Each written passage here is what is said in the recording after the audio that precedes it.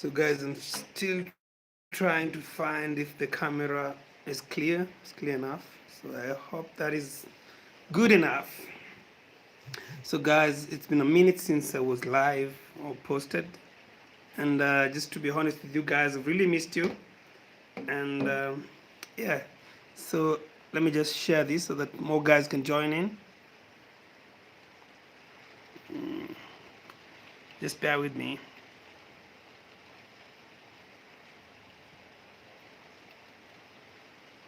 So welcome guys to the chat room. I'm just trying to share this to more guys. Yeah, so that they can have a clear discussion.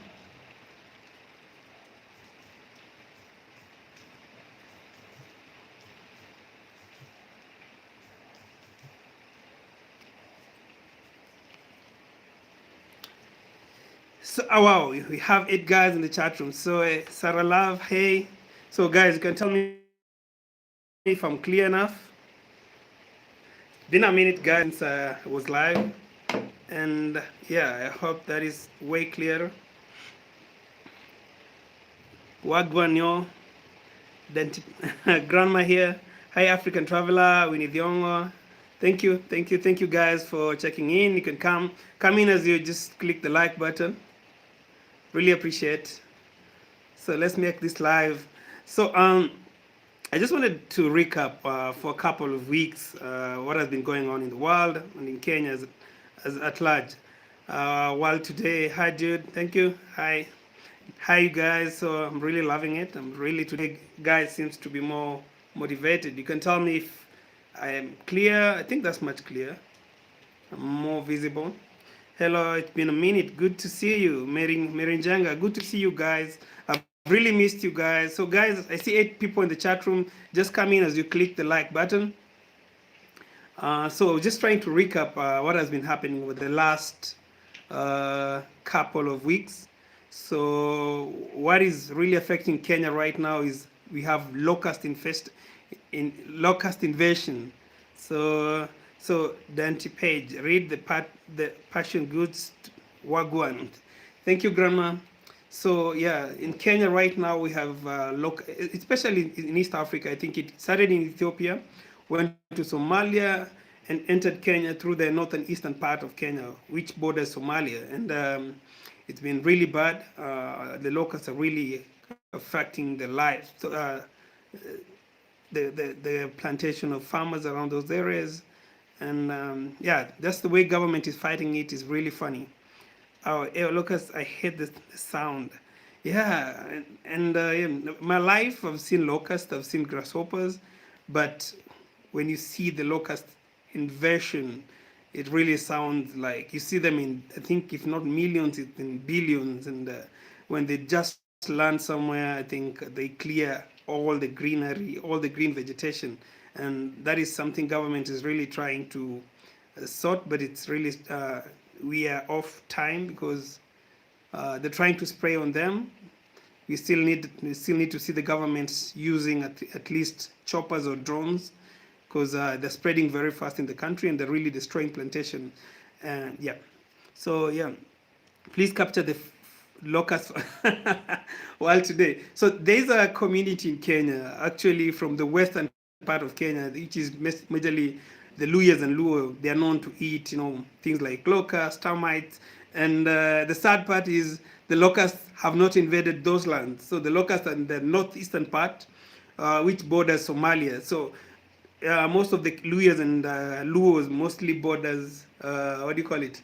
They border Uganda. They're near the Uganda borderline, so it's way far. But if the locusts would have invaded on those land, I don't think we'll be crying right now.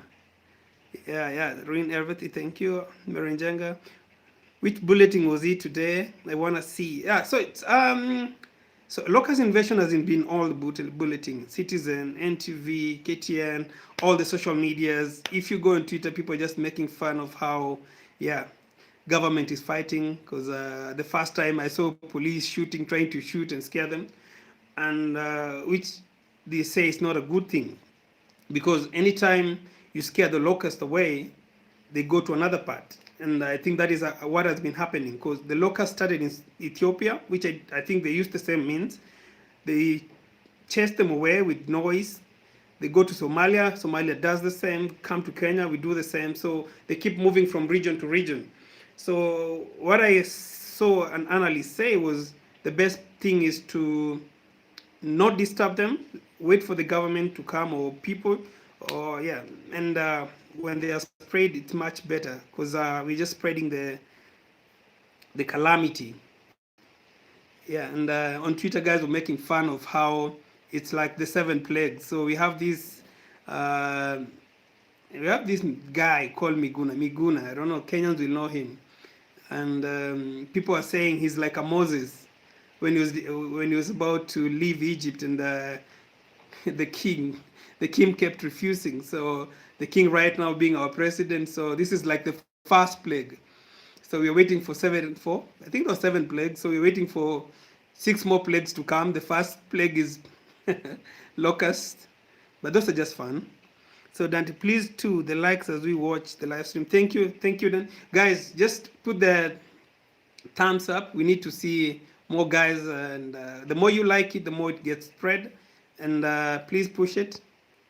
So anti autobotics, how often do locusts come here? So locusts come here, let's say in 50 years, once or twice.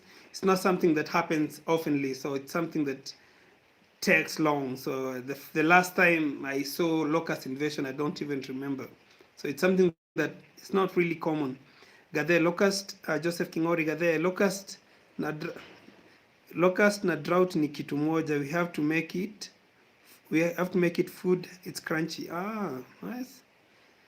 So BBI, year of return with locust invasion, guys. This is a sign of end times. Yeah.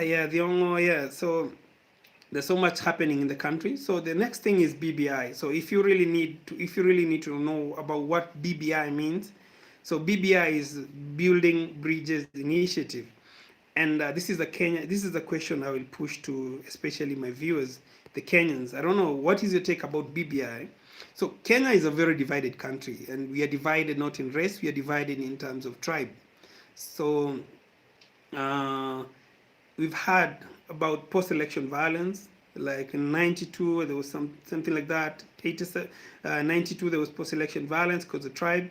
In 97 in a smaller scale. In 2000 there was nothing. 2002 it was a bit peaceful, and in 2007 we had the worst post-election violence because of tribes.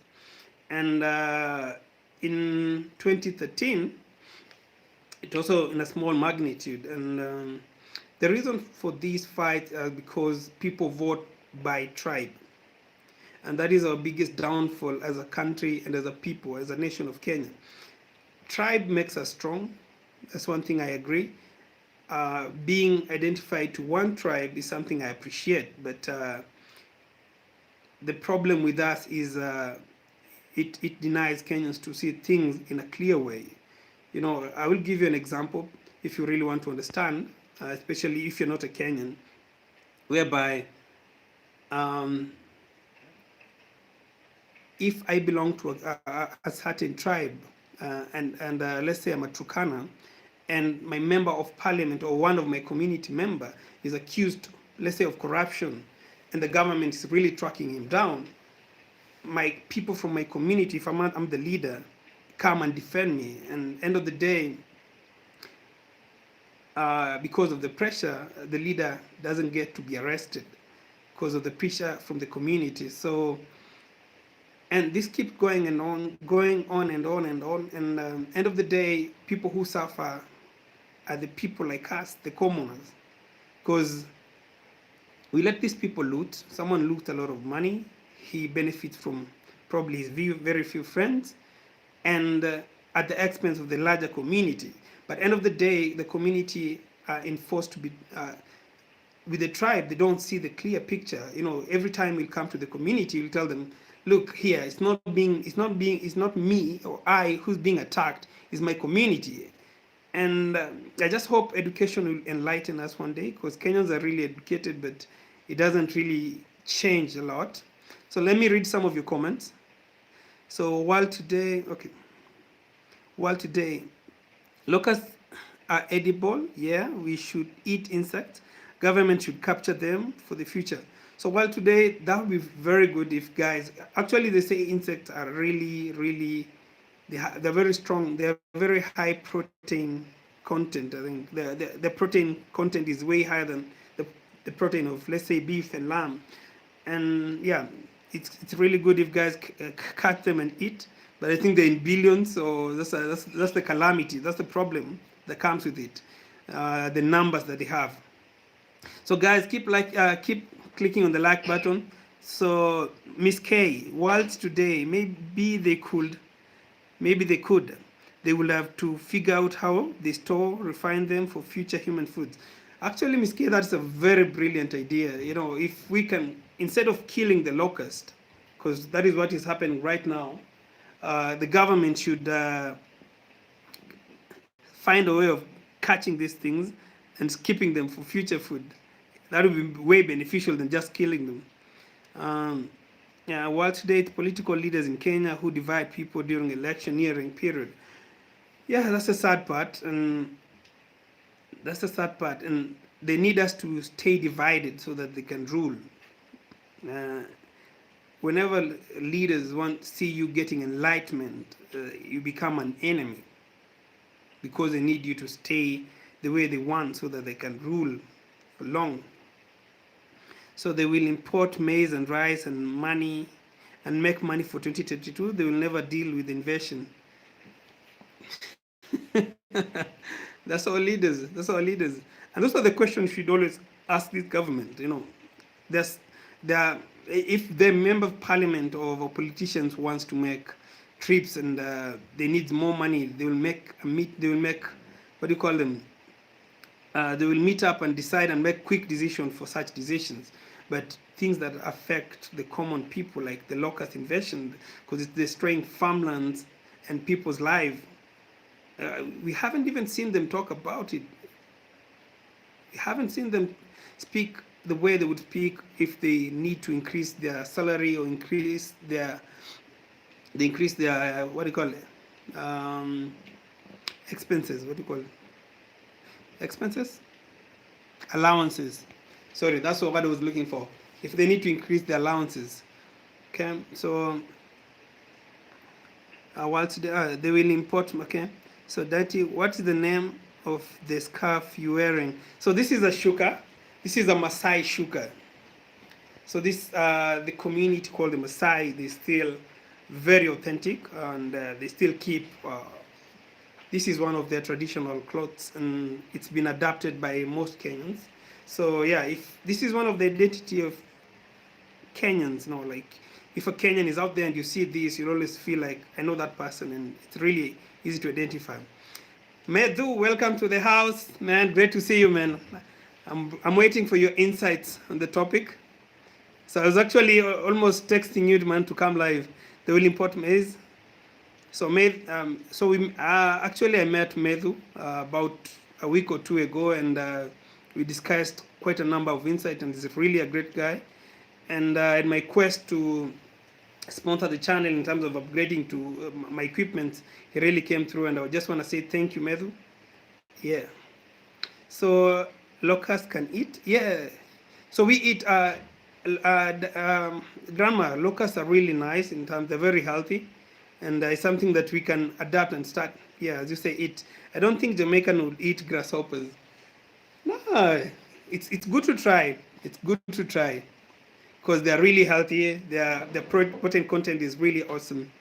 Miss K, just while today, just using preservative on the locust.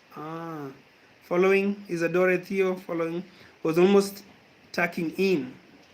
I don't know how we can do that, Medhu. Really, we shall discuss it off the next time so that we can just come live, all of us, and see how we can, yeah, improve on the discussion. So the other thing I want to talk about is the year of return. So, and this is something I hope more African countries can get into it. So Ghana hosted last year This year I saw there was um, a good party for the year of return, and it has really sensitized. It has gone up to another level. So the year of return, actually, let me just briefly explain what is the year of return, because most East Africans, you don't really understand what is the year of return. Um, so about 400 years ago, that is when transatlantic trade um, transatlantic trade was really high, and during that during that period, we shipped in the Portuguese, the British, and a lot of guys enslaved a lot of Africans to, especially the Caribbeans, the Americas, both North and South America. So the year of return, which was marking last year first, was just to try and reach out to our brothers and sisters that were enslaved during that period. And what I can say is, as much as transatlantic trade, which was basically in the West Africa and some part of the Central Africa, because it was really strong on that side. I think it's something that Africa, the whole of Africa, can just try and adapt and try to reach for our brothers outside there. So Ghana has been on the forefront of this in terms of reaching out to the brothers that left. And I also saw Popcorn the other day, Boris. I've seen a lot of celebrities going to Ghana and trying just to feel and get in touch with the people. And with this, it comes with a lot of good things, because we are trying to bring in the brotherhood as Africans. We are trying to rewrite the wrongs that we did, and also it's a great way to invite our brothers to invest in the continent, which is a plus. Okay, so I just saw so much controversial of Nigeria trying to uh, give Cardi B a citizenship, and so many guys were really furious and were asking, "What about us?" So yeah, I just hope, apart from the West African countries, the East African can adapt the same, and yeah, together we can go far. I don't. So please leave your comment and just say what you think about it. So how do you feel knowing we on this we Isadora, how do you feel knowing we on this side are watching you, but you can't see us funny, right? Yeah, man. Sometimes you just imagine. And that's the thing, news anchor and the TV. Millions of people are watching them, they're just watching the cameras and screens. So it's an interesting feeling, you can say. So, Grandma, if our parents did eat them, would grow up eating them, that would be new to us. So we are not going to eat it, lol. But true, yes, popcorn kiss the ground. Yeah, and we need to see more Jamaicans to the continent. Actually, Morgan Heritage live in Kenya, I think. They have a land in Kenya, because in Naivasha, in a place called Naivasha. Elaine is very fond of Kenya. She comes a lot. Cecile also. And who else is loved a lot in Kenya? A lot of Jamaican artists, but the people who come to Kenya a lot, as I say, Morgan Heritage, Elaine, Cecile, who's this other one? On the party, I don't know. So yeah, we need to see more guys who come in. Okay, so guys, what do you think about? So we discuss this as you guys share the comment and just click the like button just to make the live as more lively as possible. I need to share some insight and also need to discuss about your comments that you share. It keeps it more live. So I love East Africa. The weather is awesome. In Kenya is green. Morgan Heritage, nice. Yeah. So East Africa. So on the music we see about Jamaica. You see the beaches, the greenery. Jamaica is actually one of the most greenest country in the world. Something that is a fact. Is not. And when we see the videos, the music videos from Jamaica, we are so, as much as we don't speak almost the same language, what I can say is we behave the same, and the nature and the environment that we see on the videos is just like East Africa, and I think the whole of Africa is in general, and just get to show you how close we are than we think. So Masai Shuka, hope Kenya owns patent rights for it. I use things like Safari on MacBook, and some countries haven't bought such gimmicks. Safari is synonymous with us Kenyans. It's a journey. So what today that is true. I saw guys patenting Hakuna Matata. So this is our language, and someone patent Hakuna Matata. It was I think it was a US company who patented like Hakuna Matata, and it's no longer ours. Safaris, you know, it's so sad. It's so sad. So what you say is true. So someone probably will take it. We have Kikoi, which Japanese took the name, and Kikoi is synonymous with Kenyans, especially the Kikuyu community. And those are the things. People don't really take things to the next level like people outside there. We take things for granted. Like, yeah, Hakuna Matata, something that you come to Kenya and everyone will tell you that. But someone takes it and takes it to another level. But for us, we use this like this is a community thing. This is something we created, something to make us feel happy and love. But when someone takes it and takes the ownership of that, it's an insult to us, and it's something I expected the government of East Africa, especially Kenya and Tanzania, to wake up to that. And because these things are not something we take lightly. Probably right now we don't make a lot of movies international, but sometimes later we will do, and we'll have to use such names. But by the time you want to use such names, people will tell you, look, this name is already patented, and it will really ruin us. So yeah, it's a journey. The Kenya national anthem too, the Kiondo traditional basket. Yeah, so that is the Kiondo. Kiondo, that's the Kikuyu. It's the Kikuyu carrying bag that the Japanese took. So yeah, so Ms. K is saying the national anthem. So the Kenya national anthem actually has a copyright strike. So, and the person holding the copyright strike, I think it's a company in Britain. So I don't know who did that. It's very strange. I've tried to use it once, and my video got blocked immediately, like blocked. And when you go and check who patented it, it's not a company in Kenya, it's a company in Britain. And it's so funny because when you use a lot of African songs, you can use them without the copyright strike. But try the Kenyan national anthem. It's a national anthem. It's our heritage. It's something that we sing every day with pride. It's something that I've sung from the grade 1 to the university. And when you come out and you try to use the same song, it's telling you, you're being told the song has a copyright strike and you can't use it. And that's not the problem. The problem is who patented the song. So yeah, so that is how bad it is. So you guys leave a comment, tell me what you think. And that is how bad it is, guys. I can just tell you for sure. Your national anthem has been patented by a company in Britain. So Mary Ngure, hello African traveler. Yeah, it's crazy that Hakuna Matata was patented. It was the Disney, and if I'm not wrong, it's a crazy word, I tell you. Yeah, it was if I'm not wrong, it's Disney or probably Lion King. I don't know, one of them, because it sometimes back when I read about that. The Kenyans are owned by Brexit too. So yeah, this colonial thing still runs in our blood and in our veins. So yeah.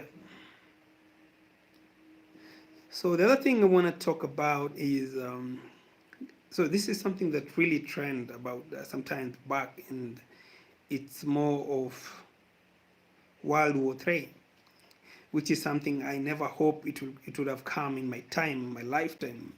Because in my lifetime, I don't want to have war. I don't want to wear a military uniform and grow and protect the interest of a different country. This is something that happened before.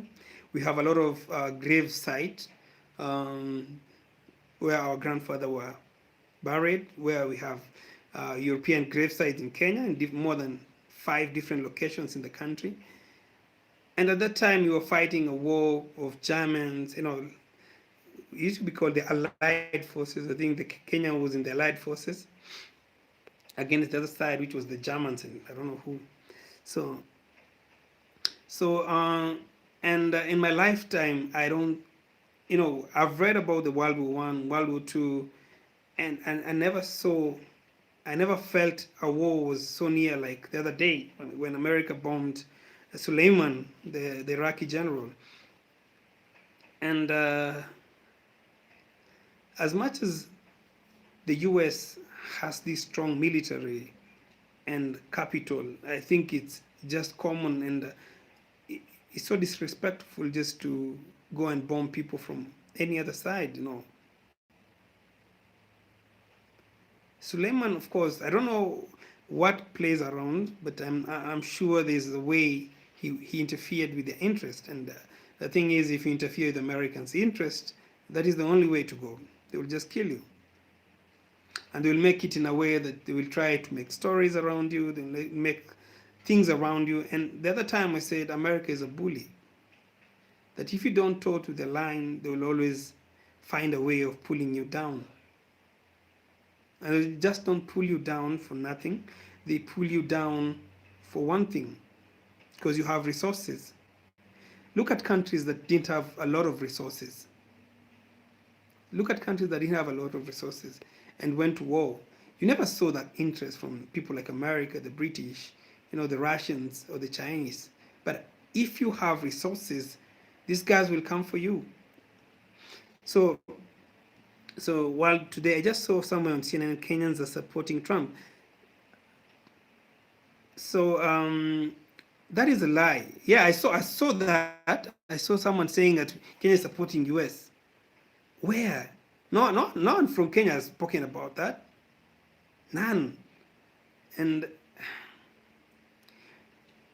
yeah, so it's so sad. So wish Muhammad Gaddafi was still alive, and that's why they'll never want him to be alive, because he'll interfere with their interest. And end of the day, what I will say is, and without fear or favor, Libya, Afghanistan, Iraq, all these countries were way better before the Americans stepped foot in their country. Iraq, despite having a dictator, Iraq was one of the best, countries in the Middle East in terms of living standard. You can't compare then and now. Libya had the best, education system, had the best healthcare system. The healthcare system was free. The education system was free from primary to the highest grade, which is the university and plus. And if you didn't have a job in Libya, government would pay you depending on the professional that you studied. And right now it's a different country. And look now, they interfered with Libya. And right now Europe is suffering with the migrant issues. Because you destroy one problem, but you create a million. Look at what is happening in Iraq. We didn't have that quite huge number of militant or militia groups when Saddam was around. Because at the end of the day, he was a dictator, but he controlled the country. Probably he hurted some people, but the better part of the country was really good. So I just hope the American people, because end of the day, when I go on Twitter, when I go online and watch all those international media, they don't really, the Americans themselves don't support Trump ideas. They don't support his aggression to other countries. But this is the work of very few people, I can tell. It's very clear this is the work of very, very few people. The decision made by very few people without consideration of the larger population. And even on the strike they did to Suleiman, I was watching on the news. He didn't get an approval from the Congress. So Sarah Love, world is see-through. So let me just read some comments. Iran problem started when they talked about discovery of oil last December. Iran. So no, Duke of Lego. Irans have always have oil for a long time. Egypt too. So what happened to Egypt? America is a bully for true. I don't. Kenya would agree with the US. You speak the truth. Thank you, my son. You real talk. Even Syria, ISIS was wondering when they get American firearms and Toyota Land Cruisers. Yeah, imagine. You can imagine Syria was one of the really nice countries before then. It was really beautiful. And Syria is still very beautiful. But what they did to Syria,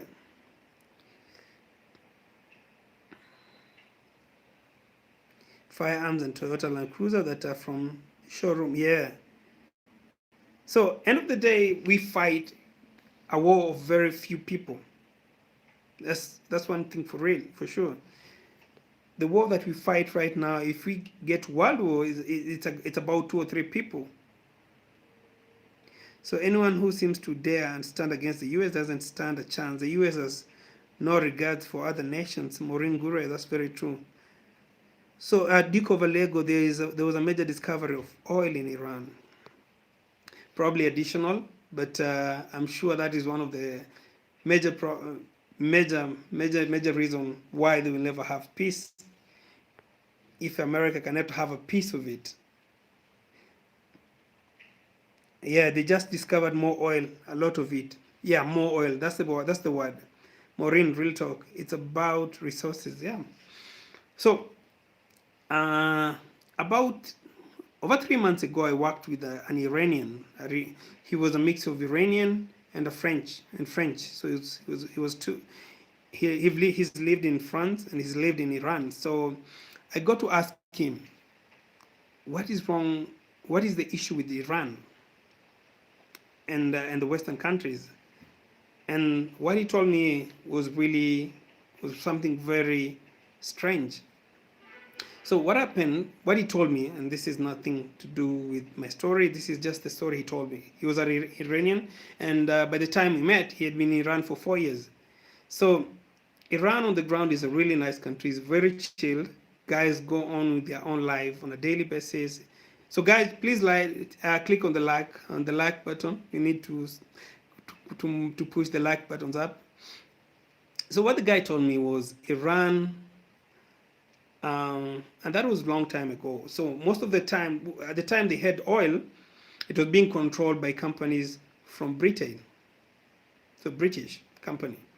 So at that time, in every oil that was exported, in the value that the oil was being exported, let's say in every 100 shilling, he was giving me an example with the Kenyan shilling. So in every 100 shilling, so a shilling is equal to $1. 100 shilling is equal to $1, for just the purpose of you understanding. So what the guy told me was, in every 100 shilling that was being, in the value of oil that was being exported, 95 was going to Britain, and 5 was going to remain to Iran. And when I think he was a supreme leader, I don't know who came in, he changed that. He said that is stupid and it doesn't benefit the country. And from that time, henceforth, Iran has never had peace. And with this, I go to, just reflect on the African continent. Like a country like Nigeria has exported billions and trillions of oil. At some point, I was reading that the oil exported from Nigeria is equal to the value. Now, the oil exported from Nigeria will make Nigeria be at the same GDP with Brazil because of from the oil exported. But end of the day, the poverty is still very high, and the place being where the oil is being exploited in Nigeria, the Niger Delta, people are still very poor. Without the basic amenities, piped water, let's say clean, good roads, the source of where the wealth of the country comes from is still as poor as a real third world country. And you can just tell this is very sad. Because end of the day, what it can tell you, it tells you that one, there's huge corruption, and number two, a bigger chunk of the money the country gets never gets back to the country, goes somewhere else. And that's why you'll never see America interfering with Nigeria. You'll never see Britain doing the same. But if you resist the system, that is where your country comes down. So guys, let me just read some of your comments. You just discovered more oil came. Marine, real talk. It's about resources, very true. The people predict it on Facebook that America will say Iran has political instability. Yeah, it's the same thing that Bush came and said Saddam is manufacturing weapons of mass destruction. And end of the day, I don't know why the world doesn't ask America what was the first reason going to Iraq, and where are the weapons. So before you go to, before you go ahead and try to attack another country, give us a result of the neighboring country, what you did to them. So what I would hope the American, the system, should know that the peace of the world can only be made by the people from that area. You know, it's like saying, probably I and my wife and I are fighting every day, and a stranger is coming from, I don't know, from a different place, totally new stranger, someone I don't associate with him in terms of religion, culture, way of life. He doesn't understand how we live, he doesn't understand my culture, and he's trying to tell us what to do. So yeah, so it never works, it never works. So guys, leave a comment, and I want to hear your take.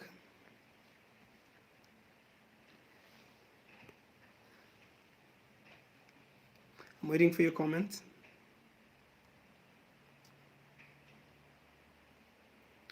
And as you come in, guys, just don't forget to click the like button.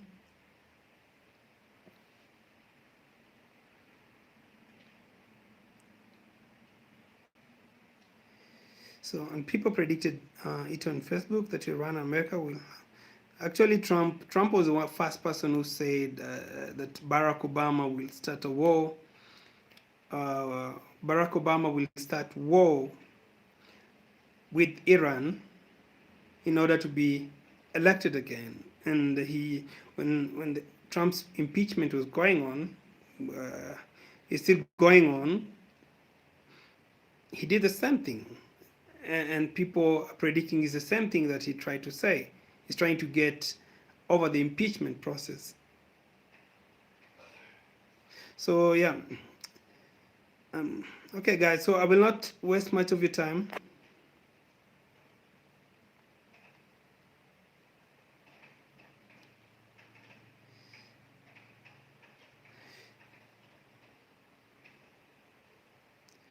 So guys, so that is what I had to share with you today. I will not push it any further. Those are the key topic. So the Locust invasion in the country, which I hope it doesn't get to the next level. And some of the people who can have a feast of it, I hope they can get to see how it can be done, or to store the Locust. And let's talk about the BBI, the Bridges Initiative, which the members of parliament are really taking it over. It was a way of helping the Kenyans, come together and iron out the issues that we have. But the more I see politicians taking the BBI, the Bridges Initiative. I get to feel like the politicians are taking it to themselves and making it their own instead of making it our own. So I just hope we get a sober members of parliament who will make good use and make the changes that will make this country great and more cohesive and more together than ever. The other thing is the year of return, where I said I hope more and more countries can come in and create initiatives such as the year of return in order to reach our brothers all over the world. It's something that I hope for the years to come. that will more and more will reach to our brothers. World War II, World War III, where I said America should respect other nations. And yeah, so I'll just read you the last comments. And so Salallah, thank you. Everyone have a great day. So here it's at night, and I will just wish you guys a great week ahead. And thank you. So have a blessed night, and bye. Next time. So next time, capture horizontally, I will try. So I'm getting some new gadgets. So I hope by the next live, I'll be sharing on a different, what do you call it, cameras and clarity, and everything will be perfect next time. So on the next live, I'll have new gadgets. I so they're on the way. I bought from Amazon. So thank you, Grandma. At the end of the day, we hope and pray for a peaceful world where we live together in harmony, and good night. Thank you, Ngure. So I'll cut it from there, guys. Good night and great week ahead. Thank you.